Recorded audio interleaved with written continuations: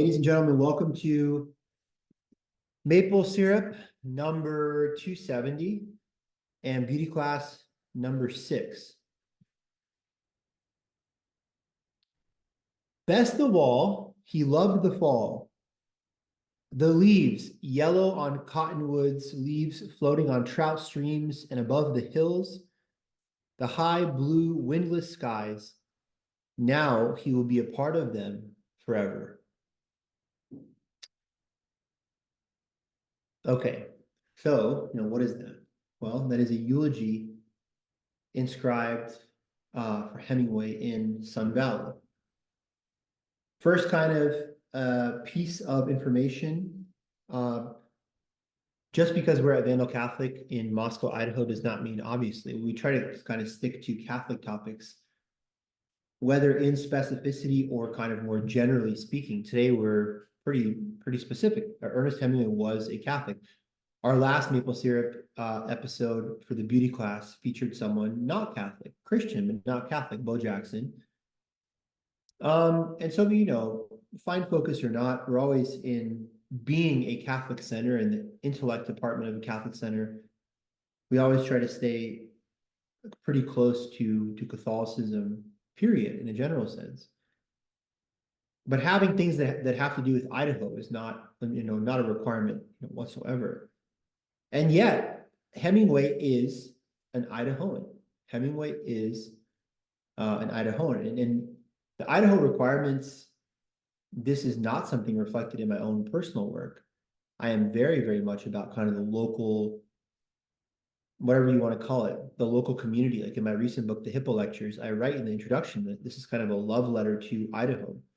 Catholicism plus or times Idaho in light of the Universal Church. I love talking about Idaho as much as possible. We often do not, simply because having to focus on the most important themes in any given topic. Last semester is Catholicism and disasters. We had one Idaho lecture on the Great Fire, remember, 1910.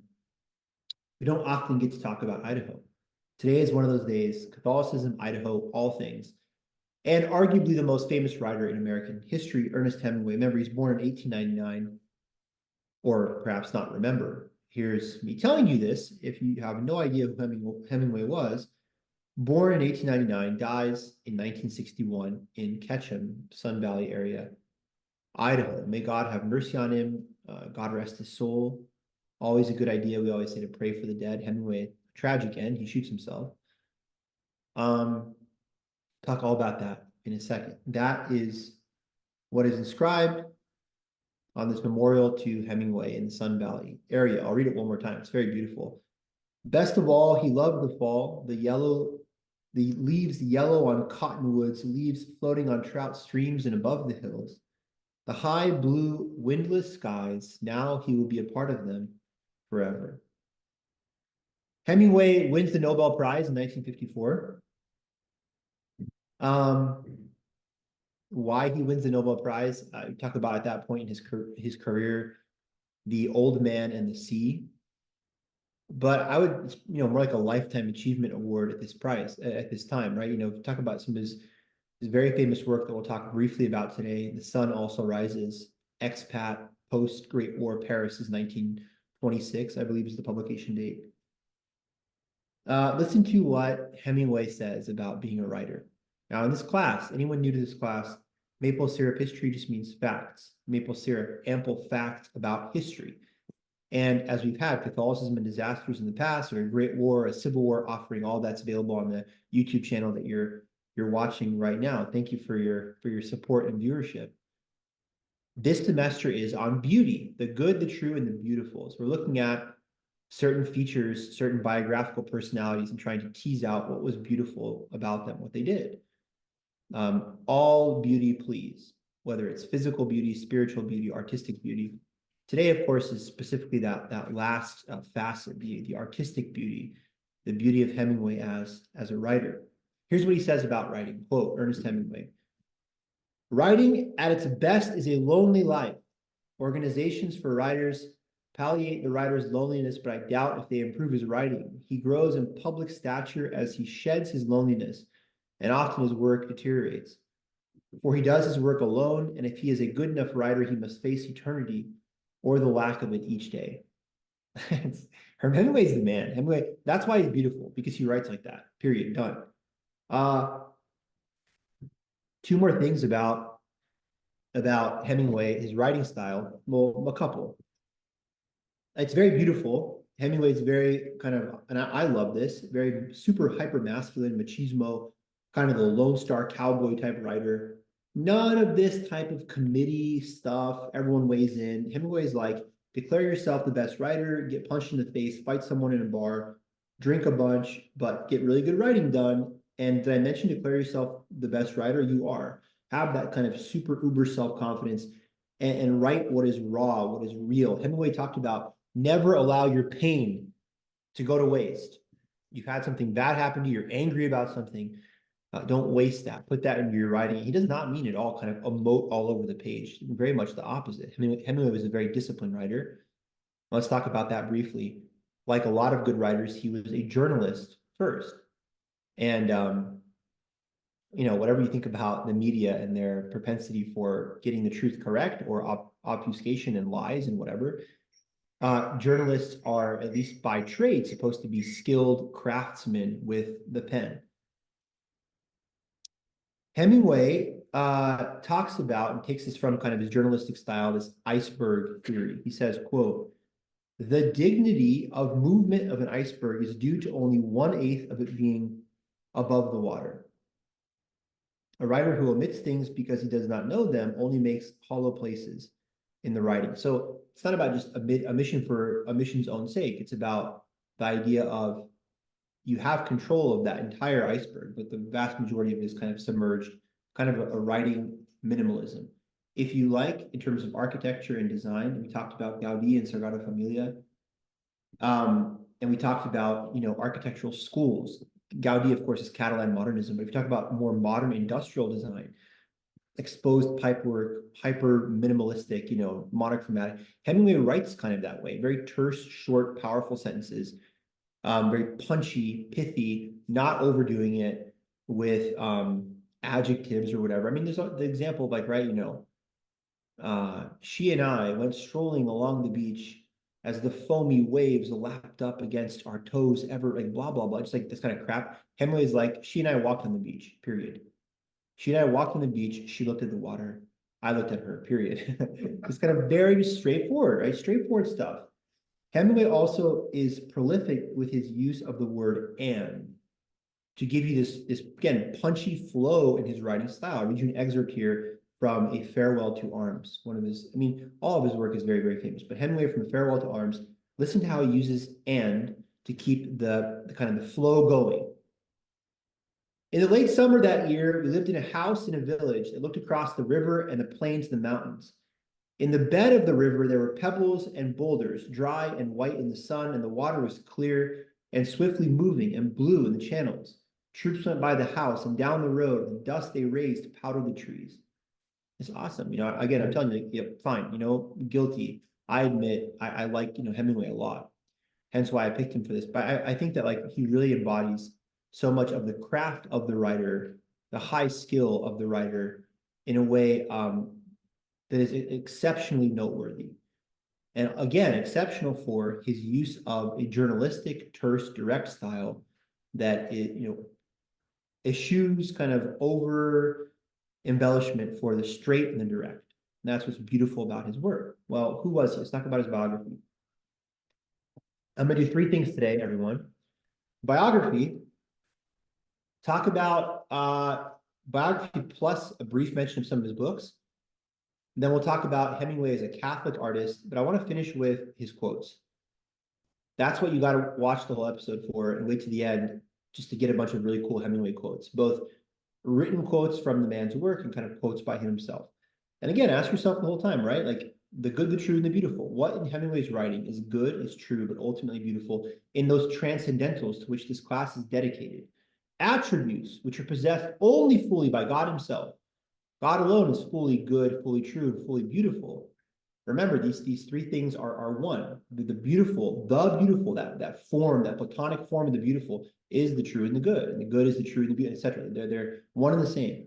So where do you see this in all this? All right, really quickly, his biography. Hemingway was born July 21st, 1899. Brad, do you know where he was born? No. Oak Park, Illinois. This is an affluent suburb outside of Chicago. Hemingway is a Chicago personage, you can say. He comes from the Midwest. He lived in a community, Frank Lloyd Wright, the architect, said was filled with, quote, so many churches for so many good people to go to, end quote. Frank Lloyd Wright, about Hemingway's Oak Park neighborhood upbringing. His mother was a well-known musician. She taught her boy to play the cello. Apparently, Hemingway resented this, resented his mom. Scholars say, and again, with kind of family issues and whatever, I am not a Hemingway scholar, nor a literary critic, nor etc. I'm no way qualified to tell you the ins and outs of the kind of Freudian psychology. Thank you. Please lay down on the couch while I psychoanalyze you, Hemingway and his mom relationship. But Hemingway has kind of a nice upbringing, you can say. 1899, he's born right turn of the century. Affluent neighborhood outside Chicago, plays the cello, takes a lot of kind of camping trips with his family. Each summer, the family would go to Walloon Lake. It's a lake in Michigan as kind of a summer retreat. That's going to come back in his biography pretty quickly. Hemingway in his book, A Movable Feast. And if you see I'm smiling, I love Brad. I love the work of Ernest Hemingway. It is so good. It's so intoxicatingly good. Hemingway in A Movable Feast, which is his nonfiction piece about living in Paris in the 1920s. His great fiction about that is The Sun Also Rises. But A Movable Feast is actually published way late in life, near his death, like in the 1950s. Remember, he dies in 61. And in A Movable Feast, he's like, in Paris, one could write about Michigan. It was impossible to write about Michigan in Michigan. Something like that. Like the distance was necessary. Hemingway's, isolation in like the northern woods, the literal North Woods area, land of 10,000 lakes, has a formative experience on this guy. So they talk about, it's a very classic theme in writing and philosophy. The wilderness is a place of recreation, being literally, recreated, stitched back together, catching your breath. In the beauty class, if you go to the channel playlist Maple Syrup History, you see episode 0, I go over the whole syllabus. We're going to be talking about the Desert Fathers soon. Who is more than them, right? To the desert, you're going there obviously to worship and glorify God, and we should be doing everything in life to worship and glorify God. True. But like the Desert Fathers, like they literally embody the idea of the retreat for the purpose of purification, etc. Like this is a very common theme, whether for religious or secular purposes, the idea of like retreating from society and recreating oneself. Look at the Roman emperors, Hadrian's villa, the villa culture of Rome. I work all week in the bustling Roman Senate waiting for that villa excursion kind of thing. So it's a very kind of common thing. Hemingway attends Oak Park River Forest High School between 1913 and 17. Talk about incredible dates, right? He begins high school a year before the outbreak of the Great War and ends high school. His senior year is when America enters the First World War. Hemingway, in a lot of ways, will be shaped by the First World War. Let me say two things really briefly on that. Hemingway had a very troubled Catholicism. Hemingway openly admitted, and this is very beautiful too, kind of humility, right? That once, the Pharisee, right? I come up here and I thank God. I thank you, Lord, that I'm not like this publican, right? I pay the temple tax, I tithe on all my income, I'm good. Unlike this guy back here, and that guy, right? He's like, Lord, have mercy on me, a sinner. And Christ says, one of these men went away justified. Hemingway is very humble and kind of saying, I was not a good Catholic. He's the first person. He's not waving his, oh, look, I'm Mr. Catholic 101. Hemingway had a very troubled Catholicism, was married 4 times, had a lot of kind of like, spouts, you can say, with violence and kind of just all these kind of, quote unquote, problematic things, as all people, as the academy and critics would say today. He's a problematic figure. Okay, fine. We all are, right? Original sin means all of us are problematic, sinful people. May God have mercy. Hemingway said, though, with World War I, remember the defining spiritual event of the First World War are the apparitions of our Blessed Mother at Fatima. And Hemingway beautifully once said, having read about Fatima, that is what made me cling to Catholicism my whole life. Something like that. Like, I realized Catholicism was true because of Fatima. This undeniable, that some people need that, right? Some people are doubting Thomases.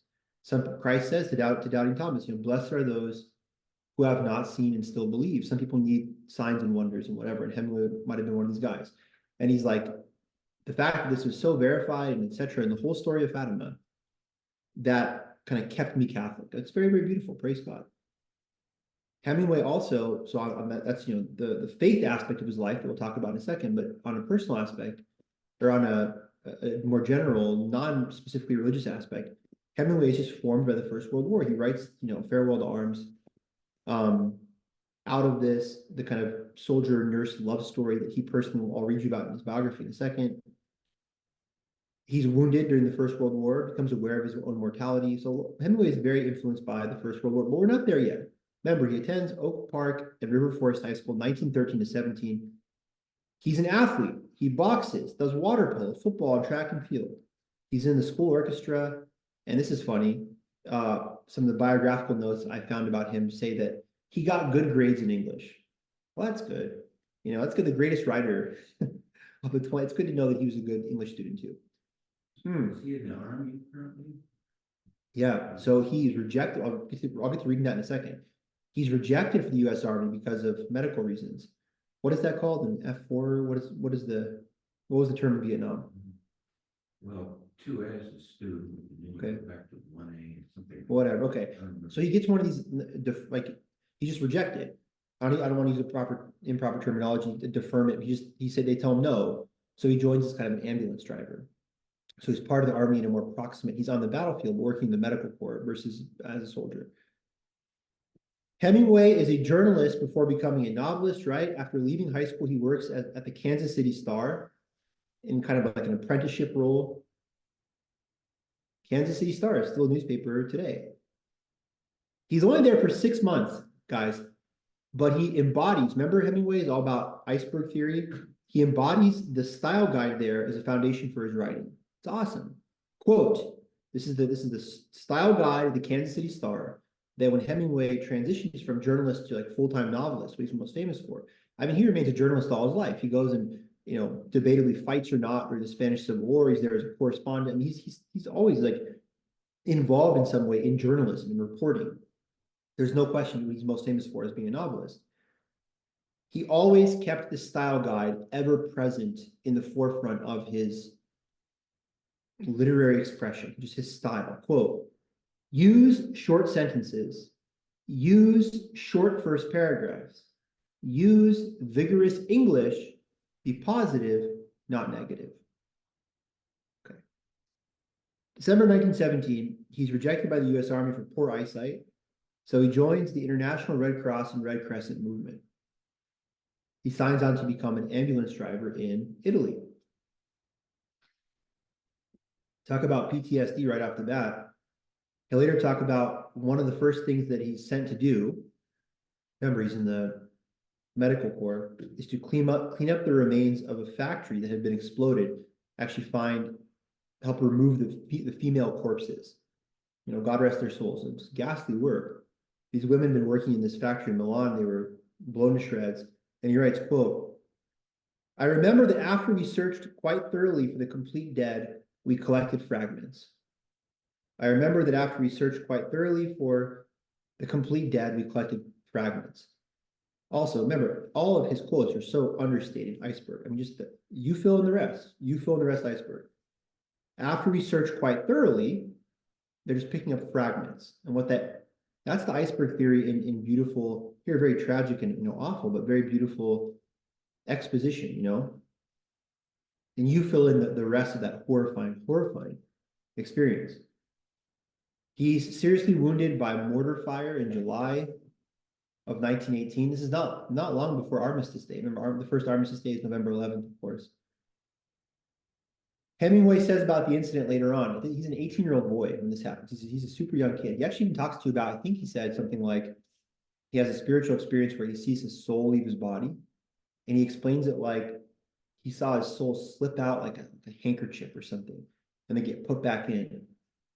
Because of course, remember, he lives till 1961. But we don't often associate Hemingway with Catholicism, spiritual stuff. this near-death experience, the wounding, his early kind of encountering of the apparitions at Fatima, to which he takes great solace from. Hemingway had a very Catholic imagination, very, very much so. And this is not me as a Catholic. I am a Catholic. I am a practicing Catholic. Absolutely. This is not Catholic chauvinism. Like, I want him to be one of my guys.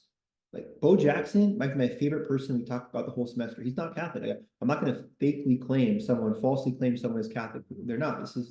He was. Now, whether he was a good Catholic or not, again, I will follow the words of Jesus Christ. I will not judge. That's not for me to judge how good or bad someone is as a Catholic. Quote Hemingway about this experience being wounded. When you go to war as a boy, you have a great illusion of immortality. Other people get killed, not you. Then you are badly wounded the first time, you lose that illusion, and you know it can happen to you. Okay, I'm sure a lot of soldiers have gone through this experience. He falls in love with this Red Cross nurse named Agnes von Kurowski, spelled Kurowsky, Agnes von Kurowski. He thinks that they're going to marry. She chooses some Italian soldier. It breaks his heart. Early kind of heartbreak in his life. He's just a kid at this time.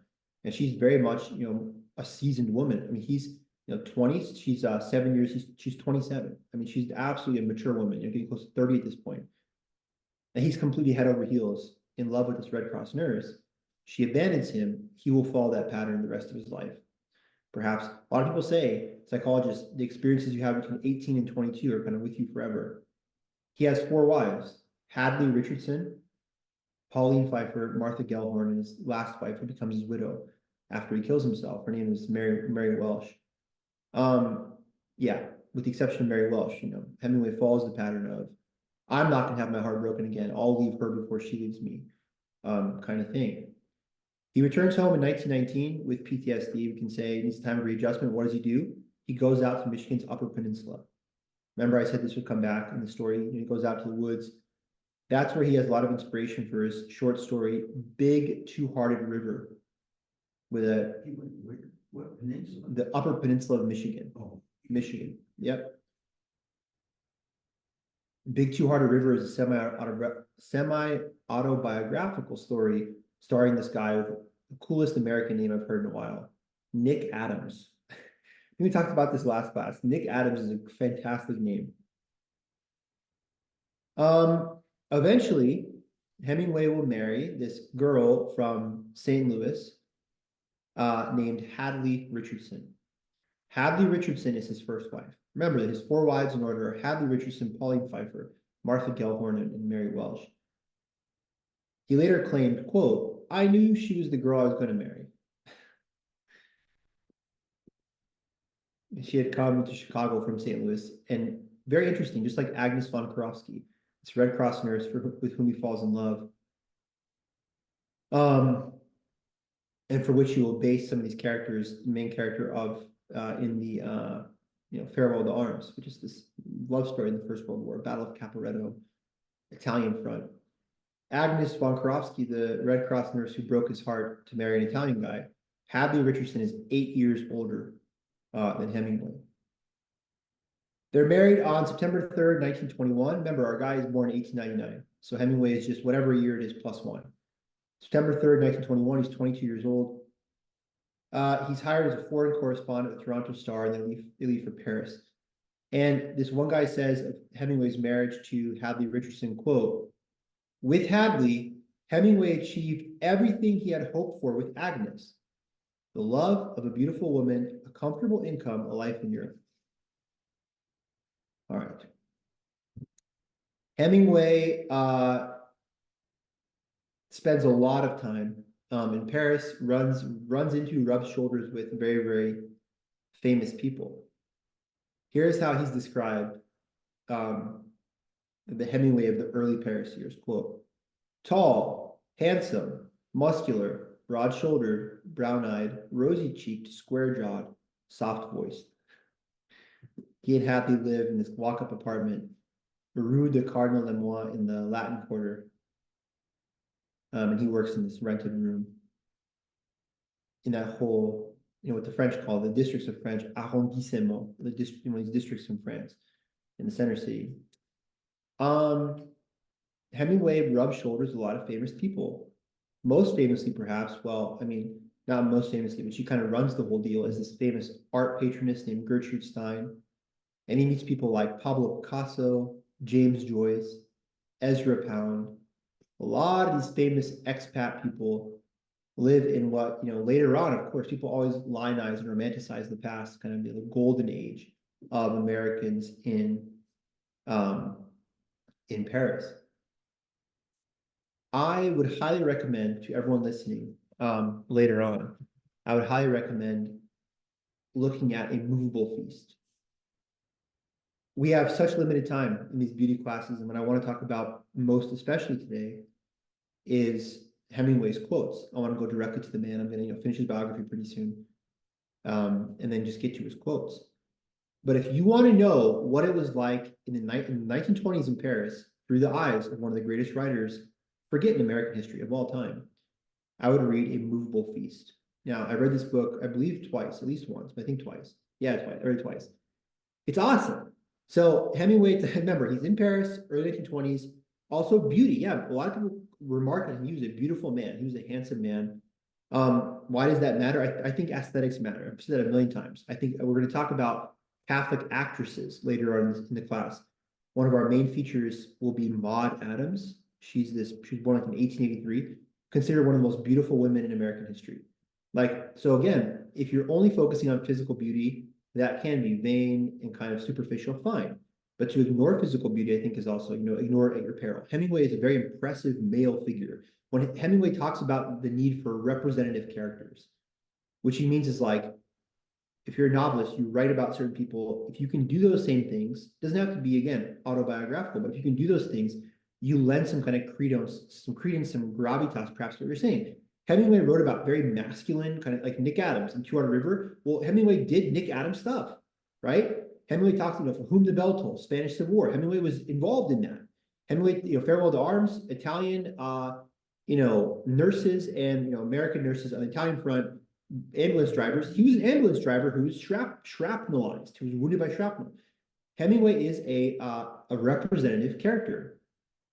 So perhaps the beauty of his physical appearance, and by beauty, it can also mean like intimidation, just like the striking nature of this big American brute, bull kind of guy who looks like, yeah, he likes to have a bar fight and do all this stuff, lends credence to the very masculine, physical, martial style that he pioneered in many ways in his writing. Let me talk about some excerpts from Movable Feast, just kind of freestyle. Once more, A Movable Feast is published late in his life in the 50s, like a recollection. It's multiple essays and stuff, but kind of it's stitched together to a nice book about Hemingway just talking about what it was like in the 1920s in Paris. He has a lot of insights. We'll talk about F. Scott Fitzgerald first. F. Scott Fitzgerald is a very famous author of The Great Gatsby, and Hemingway and Fitzgerald are going on these trips. I think at that time, Fitzgerald was already involved with Zelda, it's his wife, and Zelda has this, fair or not, God bless her, God bless all people. Zelda has a reputation of being totally crazy, whatever. F. Scott Fitzgerald is painted in the story by Hemingway as kind of a total neurotic, hypochondriac nut job, who happens to be one of the most amazing writers of all time. Hemingway was a huge fan of F. Scott Fitzgerald's writing. Hemingway famously said, "I will never read someone else's book. I'm not going to read Brad King's work. Most likely it sucks. So I'll just waste the time, right? I'll waste the time. I'll never get back reading Brad King. If Brad King is better than me, well, now I'm going to be jealous and I'm going to hate Brad King because he's better than me. So it's lose-lose. Either I hate Brad King because he's a better writer than I am, or I wasted my time." Hemingway was F. Scott Fitzgerald was the exception to that. He talks about when Fitzgerald later on like falls into a slump. He's like, it was like a butterfly not knowing how to flap his wings anymore. That Fitzgerald was so incredibly naturally gifted as a stylist, as a writer. They're also really good friends. One of the funniest examples, they go to do something. I forget what it is, but they go out, they drive somewhere. And F. Scott Fitzgerald thinks he's dying the entire time. "I have a fever, I'm dead. And he's like, "Shut up," and like they're in the hotel and they bring this thermometer, and despite all these things confirming that he's fine, he's like, I'm gonna die right now. And Hemingway the whole time is just prodigiously drinking. And like F. Scott Fitzgerald gets really neurotic and crazy and goes to bed, so Hemingway drinks all the wine. And like the whole movable piece is filled with these kind of different snippets of these stories. He has a beautiful recollection of him going to Luxembourg Gardens, to the palace there to look at art. And he talks about being this prototypical starving artist And he's like, I realized then there's never a better time to look at art than when you have an empty stomach, because the hunger you have inside is like, projected outward onto the art and really appreciates. Really cool stuff. He talks about being dirt poor, walking around, waiting for his next kind of commission. Remember, he's there originally as a foreign correspondent at the Toronto Star. And he's really, really in love with Hadley. And this sucks that he, like, that doesn't work out with them. He has 3 more wives and all that kind of stuff. It's tragic. Once more, I'm not here to judge anyone's personal feelings. You don't throw rocks if you live in a glass house. All of us are, have our foibles. I'm just saying it's too bad, because in Movable Feast, it really comes out how much he loves this woman, and they have a beautiful like honeymoon time in Paris. So I would read Movable Feast. It's just absolutely fantastic. And there's tons of that, like, I'm going to the cafe to write kind of stuff. If you're a writer, to read Movable Feast is to get into the kind of like, I want to start biting the book. It's so tasty. Oh, him at the cafe writing beautifully about him writing, like, it's really, really cool. And the last point about Movable Feast, the great hero of that, the person who comes off in the best light, is the American poet Ezra Pound. Apparently Ezra Pound was the nicest guy. Hemingway's like, he's an angel. He was an angel of a man, the most sweetest, nicest guy. They used to play tennis a lot. Okay, so anyways, let's see. Once more, we'll talk about Sun Also Rises in a second. Movable Feast is his nonfiction. The great fiction piece out of this time is Sun Also Rises, about these kind of like bohemian lost generation people, just whatever, trying to make sense of the great calamity that just befell the war. Remember in our Great World War I class, we talked about between 1914 and 1920, it would be the equivalent of about 418 million people being killed today by either war and the Spanish flu. So a lot of these people are, trying to recover from this still calamity. A lot of them recover by just kind of partying and mindless, diversion, whatever. Brett, this woman, is the great kind of heroine, protagonist slash antagonist of the story. Its quote recognizes Hemingway's greatest work. Hemingway himself writes later to his editor, Max Perkins, quote, the point of the book was not so much about a generation being lost, but a generation that abides forever, like a snapshot forever of these 1920s. I'm getting I'm getting really excited to be talking about it. It's really cool. Okay, 1930s, Hemingway is in the Spanish Civil War, working as a correspondent. 1939, he crosses over to Cuba. He spends a lot of time living in Cuba and Havana. A lot of his work, Santiago and the Old Man in the Sea, is kind of like his Cuban Caribbean. He's very, very much involved in there. Some people say that For Whom the Bell Tolls, which he writes 1939, 1940, already later in his life, and already is a very seasoned writer. This is 20 years after his Paris experience. For Whom the Bell Tolls is begun later on, and inspired by his third wife, Martha Gellhorn. People claim she's the one that pushes him to write this grand book. If you're wondering, like, why is For Whom the Bell Tolls so famous? I mean, just the kind of statistics surrounding it. The fact that right away it sells 500,000 copies within a few months. That's unbelievable, right? 1,000,000 copies for an author is like, it's not the gold standard. It's beyond that. It's not the platinum standard. It's more. 1,000,000 copies of a book is just insane. It's incredibly popular. 500,000 copies in a couple months, very, very popular. And it's nominated for the Pulitzer Prize. It kind of reestablishes his. People maybe have forgotten about Ernest Hemingway a little bit, right? He's the expat guy. He's La Génération Perdue, that lost generation 1920s French guy, the American in France. He's that guy. He's Sun Also Rises. Okay, but what has he done since then? Etc. This really reestablished kind of his grandness. I would almost say, again, I'm not a Hemingway biographer, but it's almost like, his Paris time and World War I, the formativeness of that, both from the being wounded plus the Fatima thing, being wounded from the Fatima spiritual side thing, the apparitions of our Blessed Mother, fortifying his faith and also giving him kind of this unique perspective on human mortality and fragility, paired with his literary style of a very terse, direct, journalistic style. That's one phase, and phase 2, perhaps, For Whom the Bell Tolls. And then his Nobel Prize is accentuated. His reputation is kind of crowned with his 1954 reception of the prize, especially in the wake of The Old Man in the Sea. A lot of Hemingway too thinks, that, well, people gave me the Nobel Prize. He thinks that, quote, Carl Sandburg, Isaac Dinesen, and Bernard Berenson were more worthy of the prize than him. And he thinks, oh, well, people thought I died on a safari in Africa.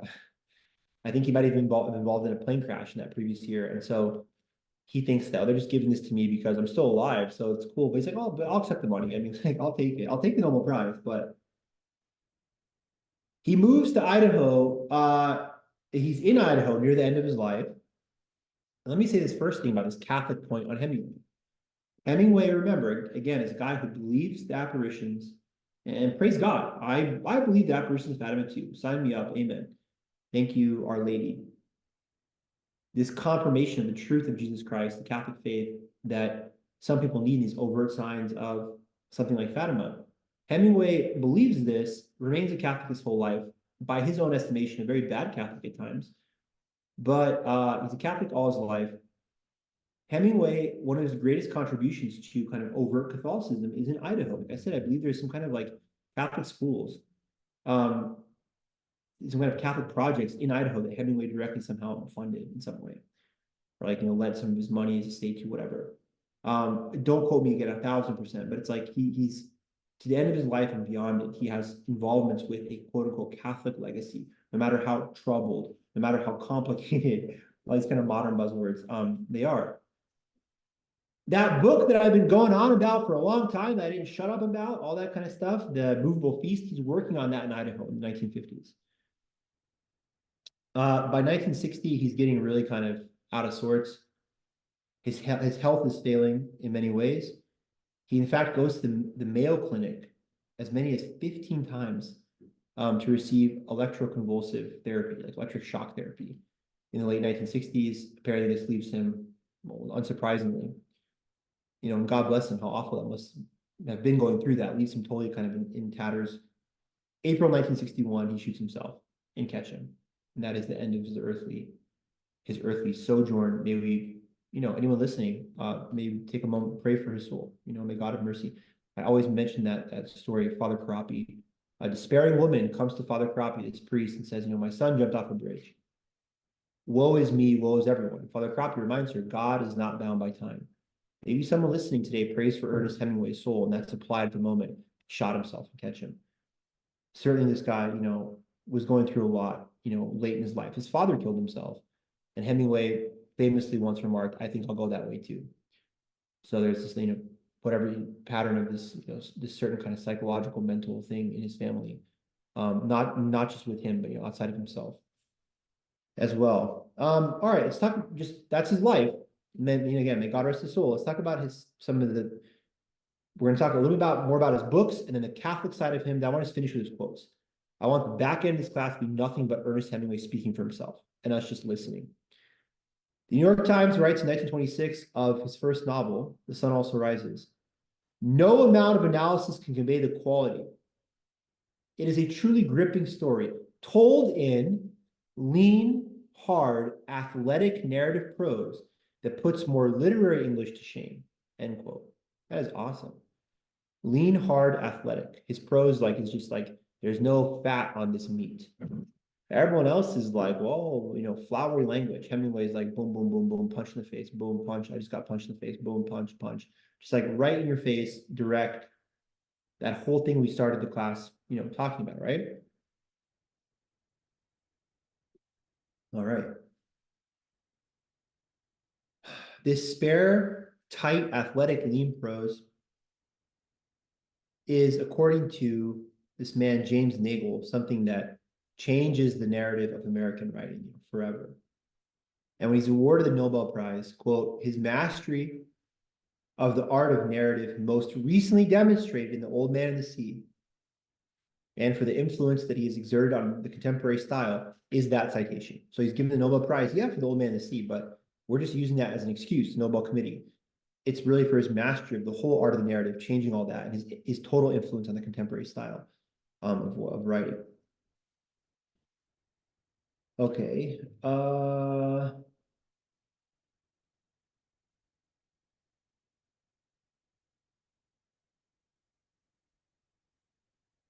the purpose of time, again, as with movable feast, when I give you kind of my freestyle quick take, we could spend probably 6 hours. No, I didn't want to do, 3 episodes on Ernest Hemingway. I didn't want to do a whole class on Hemingway. I mean, that would not be justifiable. Hemingway is great. We can't do an entire class on Hemingway. You could, but I don't think, no, we got to get to other stuff too. I'll just simply say, in his tight, lean, athletic prose, the iceberg style, all that, Hemingway also is incredibly talented at evoking raw emotion, like raw emotion. So if you read like Big Hearted River, the Nick Adams stories of like the wilderness kind of expeditions, remember some of these things that he grew up doing as a boy, getting away from the Chicago suburbs as a boy, and then where he found solace and healing in the wake of the First World War out in the Michigan Upper Peninsula. In a lot of these, the descriptions like food, of preparing food, of drink, are so amazing. So like from Movable Feast again, I'm gonna freak out with joy. It's such a beautiful line. He talks about Movable Feast. He goes to get a beer, and he's like, and I'm heavily paraphrasing here, and there's no way I can do Ernest Hemingway better than Ernest Hemingway. I wish I had the actual quote in front of me, but I don't. But it's something like, I'm just going to use Ezra Pound. I'm just going to, for fun. I don't know if he's a part of this anecdote, but I'm just going to bring him in. Ezra and I, after playing tennis, Ezra and I went to the local bar. Ezra ordered beer. I ordered beer. Both our beers were cold. We drank them with great enjoyment. They went down easy. Oh, it's like, yeah, right? Like, oh man, like, what does that mean? Like, iceberg, great enjoyment. Like, oh, let me feel that. He just like has these awesome descriptions of sensory pleasure, of food and drink that just like get into your soul. It's incredible. Again, I guess maybe it's true. Maybe really Movable Feast is my favorite of the books. Although I listened to Sun Also Rises like 10 years ago on a book on tape in the car. Maybe I like Movable Feast because I read it twice, just like in hand. I don't know. I don't know if one's better than the other, audio versus reading it, traditional style. But I probably like Movable Feast the most. That probably is true. Let's see. Let's start. I'm gonna finish with his quotes, as I already said. If you're watching, you're like, well, we heard you already say this. Well, once more, yes, let me confirm. Having done his biography and talked, I think we've talked adequately about his style and kind of what his life was and the high points and all that kind of stuff. And remember, he's all over the map geographically, right? I mean, he goes to Italian front in the First World War as an 18-year-old kid who's from Chicago, who vacations the Upper Peninsula, Michigan. And he's going to be a war correspondent in Spain. He's in Cuba a lot. He dies in Idaho. I mean, he's all over the map, certainly as far as Europe and America go. And he goes on safaris in Africa famously, all that kind of stuff. Very well-traveled person as well. A lot of people talk about, you can't really write about life till you've lived it. We'll talk about representative characters. Hemingway lived a lot of life, very, very young in his life. He's 18 years old when he's wounded by shrapnel and spends all that time convalescing in a hospital, which, by the way, ... while convalescing, that's one part of life, falls in love and has this woman like ruin his life forever because she chooses Italian guy instead. It's like he has a lot of life experience. Oh, and again, and Fatima, once more, his kind of outlook on Catholicism is formed in the First World War. I mean, it's like very, very early in life. Here's a final, no, I'll finish with that. It's in his quotes. So no, you have to be patient and wait. I'm not going to read this quote right now. I'm going to read this with the quotes at the end. Just remember, once more, Sun Also Rises' first novel, perhaps the most famous novel, and Farewell to Arms, set during the Italian campaign of World War I. It describes, surprise, surprise, a love affair between an American expatriate and an English nurse, Catherine Barclay. Catherine Barclay is based on Agnes von Karofsky, the woman who refuses him and chooses the Italian guy. That becomes Catherine Barclay. So he uses his pain. Remember he said, never let your pain go to waste? He uses the pain of being stiffed by this woman to create this awesome character of Catherine Barclay. And he will always have a love for older women, one could say. Agnes was 7 years older than him. His first wife, Hadley's 8 years older than him. Maybe he himself was the opposite of what we talked about when we talk about men maturing later than women. A 20-year-old guy, if a woman is 20, she's more like 22, as that saying, right? I even heard okay, if a couple is, that's why often a man will marry a younger woman. Like a man is 27 and his wife's 24, but they're the same age. Women are more mature. You've probably heard that stereotype before. Maybe Hemingway is an exception to this, and like he's interested in a 27-year-old woman when he's 19 because he's like, no, I'm 30. I don't know. All right, guys. Huge shout out to Angela Alaimo O'Donnell. Alaimo is Alaimo. Angela Alaimo O'Donnell. Ernest Hemingway's Dark Night of the Soul. This is an article from which I'll be quoting from, talking from exclusively, talking about quote unquote Catholic Hemingway. Ernest Hemingway's Dark Night of the Soul by Angela Alaimo O'Donnell from Church Life Journal, Notre Dame. Thank you, Professor, Dr. Miss, whoever O'Donnell. Thank you for this wonderful article. Very, very good stuff. Compares Ernest Hemingway and Flannery O'Connor. She says, well, again, it's once more O'Donnell, says that Hemingway and O'Connor are different kind of Catholic writers. O'Connor lives a very kind of like isolated life in Georgia. Once quips famously, my life would not make for good copy. Something like, the trip between the hen house and the patio is not good copy. Like I'm just a farm girl live in isolation. God bless Flannery O'Connor, God rest her soul as well. She, of course, dies young of lupus. She has a kind of not an invalid life, but she's kind of very like a shut-in. That's very different than Hemingway. Both Hemingway and O'Connor, and I agree with Angela O'Donnell, that they are both very much Catholic writers. Flannery O'Connor is a very terrifying Catholic writer. What I mean is she used the most violent, awful scenes. It's amazing. Look at Flannery O'Connor. She's this like very sweet young woman. Most horrifying type stories, right? Even look at like the character of Hazel Motts. I don't want to ruin these stories for anyone who wants to read them themselves. But like Hazel Motts in Wise Blood, or her most famous short story, A Good Man is Hard to Find. These are awful, awful, horrifying stories. And Flannery O'Connor, she's like, yeah, by doing these shocking things, by showing sin as shocking reality, there's that moment of grace and repentance, or the opportunity for that. There's a famous line in A Good Man is Hard to Find, and I'm paraphrasing here, but she would have been a good woman if only there was someone there to shoot her every day of her life.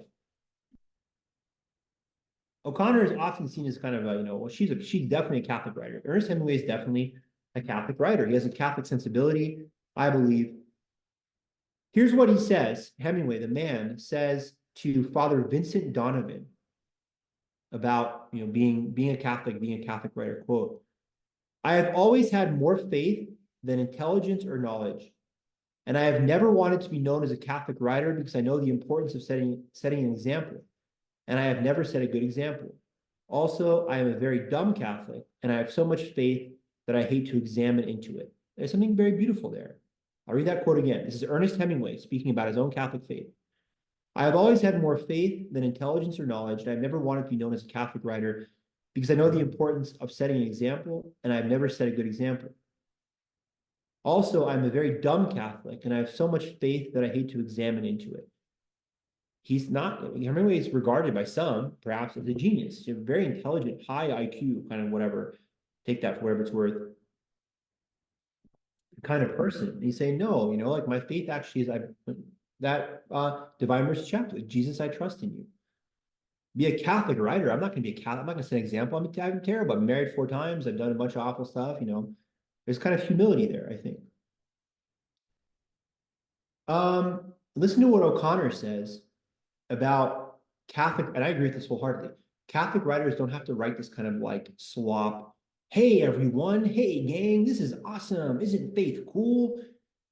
O'Connor says, no, like Catholic writers don't have to be kind of super positive, whatever. She says, in Catholic Novelist and the Readers, quote, this is Flannery O'Connor, Thomas Aquinas says that art is wholly concerned with the good of that which is made. The artist has his hands full and does his duty if he attends to his art. He can safely leave evangelizing to the evangelists. Flannery O'Connor and Ernest Hemingway, by the corpus of his work, they don't have to be like openly evangelizing if they show the good, the true, and the beautiful. Without even going into faith themes, they're talking about God, ultimately. They're talking about sin and redemption and grace. So I think I like very much Hemingway's both self-reflected, I'm not going to put myself on a pedestal as some kind of great Catholic, I know I'm a sinner, attitude, but also his humility and his subtlety as a writer. what is Aquinas, what is St. Augustine, our patron at Vandal Catholic, what is his famous quote? You know, our hearts are restless, they rest in you. If you read Sun Also Rises and you see people amusing themselves to death, trying to cope with this PTSD, the stress of the lost generation, maybe reading that, wow, these people seem to be living kind of an aimless life, leads you to higher questions, to God. The Old Man and the Sea, right? This kind of epic idea of trying to catch this, you know, they achieve this grand goal, right? This ultimate goal is represented in the kind of nuts and bolts of the story of the man as fisherman. I mean, this is really, really cool. And then simply in the kind of the beauty and the athleticism of the prose, the beauty of writing done by mortal men, by sinful people, leading to he who is all perfect, sinless, and ultimately beautiful. I think Hemingway, I hate to use this word, as a gateway drug, because that sounds wholly bad, but kind of like maybe an appetizer is a better way of putting it. Seeing the beauty in work like Hemingway, where it's subtle, unforced, and just begs at deeper questions of what is the ultimate meaning? Is the ultimate meaning of life bumming about Paris and cafes with your friends, drinking? Or is there something more that, you know, that has a value all of its own? Listen to Hemingway's beautiful writing in The Sun Also Rises, talking about this killing of a bull. This kind of what the matador does. Quote, the bull's tail went up and he charged, and Romero moved his arms ahead of the bull, wheeling, his feet firm. The dampened, mud-weighted cape swung open and full as a sail fills. And Romero pivoted with it just ahead of the bull. At the end of the pass, they were facing each other again. Romero smiled. The bull wanted it again. And Romero's cape filled again, this time on the other side. Each time that the bull passed so close that the man and the bull and the cape that filled and pivoted ahead of the bull were all one sharply etched mass. It was all so slow and so controlled. It was as though he were rocking the bull to sleep.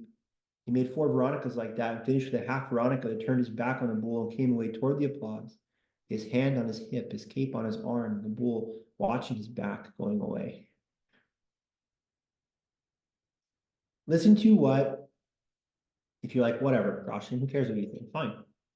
Okay.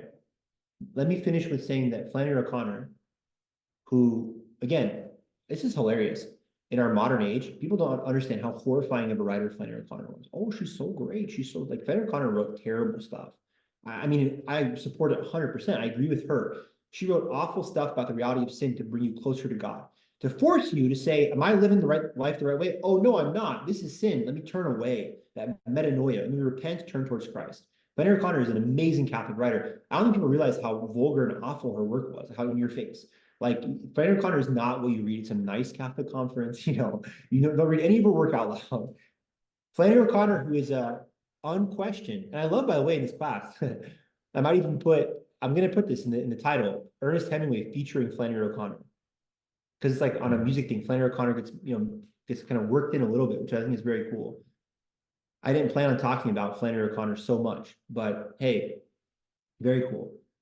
Listen to what Flannery O'Connor says about Hemingway. She thought he was a Catholic writer. If she does, that's good enough for me. She says, quote, in a letter to her spiritual director, Father James McGowan, in January of 1956, she says, the Catholic fiction writer has very little high-powered Catholic fiction to influence him, except that written by, and she names a couple of authors, and Graham Greene included.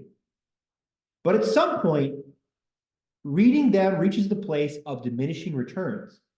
And you get more benefit from reading someone like Hemingway, where there is apparently a hunger for a Catholic completeness in life. It may be a matter of recognizing the Holy Spirit of fiction by the way he chooses to conceal himself. That is beautiful. Hemingway might be better than some of the more overt, non-subtle, hey, gang, Catholic writers. They get boring and tedious after a while. Hemingway, that hunger for the Catholicism, the universality in life, you might find more of that in this. We don't often think of him as a Catholic writer, but he was very much a Catholic writer, Ernest Hemingway. Now, we're going to finish with quotes by Hemingway. You guys ready? Just going to crush and dominate these quotes and then be done. So, these are Hemingway's lines from his books, and I'll give you kind of quotes from his life. But the following, until I tell you differently, just lines from the book, I'm going to make no comment. I'm going to let the beauty of his comments stand alone. Okay? From the old man in the sea. But the man is not made for defeat, he said. A man can be destroyed, but not defeated. Quote 2 from a movable feast. You expected to be sad in the fall. Part of you died each year when the leaves fell from the trees, their branches were bare against the wind and the cold wintry light. But you knew there would always be the spring, as you knew the river would flow again after it was frozen. When the cold rains kept on and killed the spring, it was as though a young person died for no reason. Number 3, from Sun Also Rises. You can't get away from yourself by moving from one place to another. Norm Macdonald, God rest his soul, recently passed away, the SNL comedian, had a funny skit where he's like, you depressed in America. And he shows you in Italy, still depressed. And it's like, you've changed spots, but you can't get away from yourself. Farewell to Arms, quote number 4. The world breaks everyone, and afterward, many are strong at the broken places. Maybe that famous cliche of, it doesn't kill me, makes me stronger, right? The true iron, gold being tested by the fire. Movable feast, number 5. Never go on trips with anyone you do not love. From Whom the Bell Tolls. Number 6.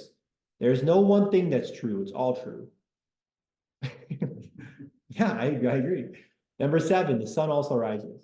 Oh, Jake, Brett said. Brett is a female character in Sun Also Rises. Oh, Jake, Brett said. We could have had such a damned good time together. Ahead was a mounted policeman in khaki directing traffic. He raised his baton. The car slowed suddenly, pressing Brett against me. Yes, I said. Isn't it pretty to think so? Exactly. Oh, we could have been so great together. Oh, you say that because we weren't together. I bet if we went on with our life, we would have hated each other and whatever. Life sucks, in that kind of, in a very Catholic way of like, we are not made for this world. This world is not enough. We're made for the glory of heaven. So, oh yeah, we'll be great together. You're saying that because we broke up, whatever. If we were together, we would have hated each other. Farewell to Arms, number 8. Number 8 and 9, both Farewell to Arms. But life isn't hard to manage when you've got nothing to lose. Seems pretty true. When you love, you wish to do things for, you wish to sacrifice for, you wish to serve. That's true. Think about that even like way of like a priestly vocation. Why would a man give up everything, give up marriage or whatever to become a priest? Maybe because when you love, you wish to do things for, you wish to sacrifice for, you wish to serve. Old Man in the Sea, 10. Now is no time to think of what you do not have. Think of what you can do with what there is. 11. Sun Also Rises. How did you go bankrupt? 2 ways, gradually, then suddenly. Movable Feast on Marriage. This is awesome. My favorite quote. From Movable Feast on Marriage, this is when he's still married to his first wife, Hadley Richardson. We ate well and cheaply, and drank well and cheaply, and slept well and warmed together and loved each other. And it's that. Isn't that exciting? Like amazing writing. I'll read that again. Hemingway on Marriage to Hadley, how awesome it was. In his honeymoon phase, him and Hadley, super young, in their 20s. Remember, she was 8 years older than him. But young couple in Paris, loving life. Listen, quote, we ate well and cheaply, and drank well and cheaply, and slept well and warmed together and loved each other. It's fantastic. Sun Also Rises. Don't you ever get the feeling that all your life is going by, you're not taking advantage of it? Do you realize you've lived nearly half the time you have to live already? And of course, it's this idea of like taking opportunities, All right, finally, just we're gonna be done with class. Fantastic class today. Thank you, Brad King, as always, for your just invaluable contribution, sincerely. I always say, like, to everyone watching online later, there's times in class we have 2 people here, 5 people, 1 person. The most we've ever had, I think, is 28 people in this room, which is pretty cool for this, at least in my mind, this very famous Civil War class from like the spring of 2021. Someday in February, I came there, there's 25 people in here. It's really awesome. But that doesn't matter. Thank you to those that come in person, but whoever, it's so fun putting it online because people can experience it all later. So as I always say, I would do this just to the computer. But thank you to those of you that are here in person. It always makes the class really wonderful to have someone, a real human, to interact with, people to talk to, as opposed to just like, into the microphone, so to speak. Here are some Hemingway quotes to close us out. The previous ones were quotes him writing, right? Here's him speaking about things. In order to write about life first, you must live it. I mentioned that earlier. Yeah, right. In order to write about life, you must first live it. We are all broken. That's how the light gets in. There is nothing to writing. All you do is sit down at a typewriter and bleed. There is nothing to writing. All you do is sit down at a typewriter and bleed. Happiness in intelligent people is the rarest thing I know. And in many ways, I think here he's talking especially about Ezra Pound, who was incredibly intelligent, amazing poet. Like the Cantos of Ezra Pound. Shout out to my dad, my father, himself a poet, a literature professor, Charles Kraszewski. All shout out to my dad getting me like hooked on Ezra Pound. I tell everyone always, I prefer more so prose over poetry. Ezra Pound, I will read him all day long. I read his entire cantos, including the Chinese character parts that I don't understand at all, just marveling at his kind of crazy genius. Ezra Pound, very intelligent guy, also very happy, bubbly, and Hemingway is like, that's the rarest thing. Happiness in intelligent people is the rarest thing I know. The best way to find out if you can trust somebody is to trust them. There is nothing noble in being superior to your fellow man. True nobility is being superior to your former self. When people talk, listen completely. Most people never listen. Never think that war, no matter how necessary nor how justified, is not a crime. Now, in Catholicism, right, we have this just war theory. But I mean, here, Hemingway, giving him total props, however I feel about just war, whatever, Hemingway experienced 2 wars, like first-hand account, being wounded in the Italian front as a kid where he almost dies, this near-death experience, and as a correspondent during the Spanish Civil War. I mean, Hemingway's like, oh, yeah, right, dude, he's this guy in Idaho. He was on the front. So, I mean, he was involved in war. The best people possess a feeling for beauty, the courage to take risks, the discipline to tell the truth, the capacity for sacrifice. Ironically, their virtues make them vulnerable. They are often wounded, sometimes destroyed. Never confuse movement with action. As a writer, you should not judge, you should understand. Write hard and clear about what hurts. Very last 3 quotes. Quote 11, very negative view on war again. Quote, they wrote in the old days that it is sweet and fitting to die for one's country. But in modern war, there is nothing sweet nor fitting in your dying. You will die like a dog for no good reason. That could have been written, right? Vietnam, whatever. I think it's a very modern sentiment. We'll finish with a quote about F. Scott Fitzgerald, his friend, his like really good friend, and F. Scott Fitzgerald certainly candidate for if anyone's a better writer than him. I don't think so. I'll take. Okay, I have 100 choices, right, Brad? I got to pick how many times I want to read Hemingway, how many times Fitzgerald. I choose Hemingway 100 to 0. And no offense to F. Scott Fitzgerald, I like Hemingway way better. But some people, if you're going to say who's a potentially more famous or better writer than Hemingway, F. Scott Fitzgerald is one of these rare candidates. I'll finish with a quote about him. Here's him talking about William Faulkner. Hemingway on Faulkner, quote, poor Faulkner, does he really think big emotions come from big words? He thinks I don't know the $10 words. I know them all right, but there are older and simpler and better words, and those are the ones I use. I like that a lot. Another writer, I forget who said this, maybe it was T.S. Eliot, the poet, but he's like, never use a big word when a simple one will do. And it's true, use a bunch of $10 words, you sound like a pretentious tool bag, right? You're just like, oh yeah, the sub-paradigmical, inverted microscopic. It's like you sound like a complete, beep, beep, beep, fill in your favorite expletives. There are older and simpler and better words, and those are the ones I use. Finally, last quote, this will close our class out. About F. Scott Fitzgerald, his talent was as natural as the pattern that was made by the dust on a butterfly's wings. At one time, he understood it no more than the butterfly did, and he did not know when it was brushed or marred. Later, he became conscious of his damaged wings and of their construction, and he learned to think and could not fly anymore because the love of flight was gone, and he could only remember when it had been effortless, end quote. So let's close our class asking that question. Is true beauty, true genius, whether it's Bo Jackson in sports, Mozart with music, or Hemingway as a writer, does it come from effortlessness? Christ says, right, I think it's to Nicodemus, chapter 3 of John's gospel, being born again. Unless you're born again from above, you cannot enter the kingdom of heaven, the idea of baptism, right? And that's right before that very famous passage. John 3:16, for God so loved the world, he sent his only son, that whoever believes in him shall not perish but have eternal life. Like Christ says to Nicodemus, you know that the wind comes from where it comes, you know not. Like so it is with the Spirit, everyone born of the Spirit. Maybe that's the sign of beauty. Like you can't even explain it. Why am I a great writer? Why am I a great baker? Like I don't even know why. Like I follow recipes and principles. Hemingway might say, I follow certain rules, right? Direct language, but why the spark? Maybe that's where again, beauty points to the ultimate beauty, which is God.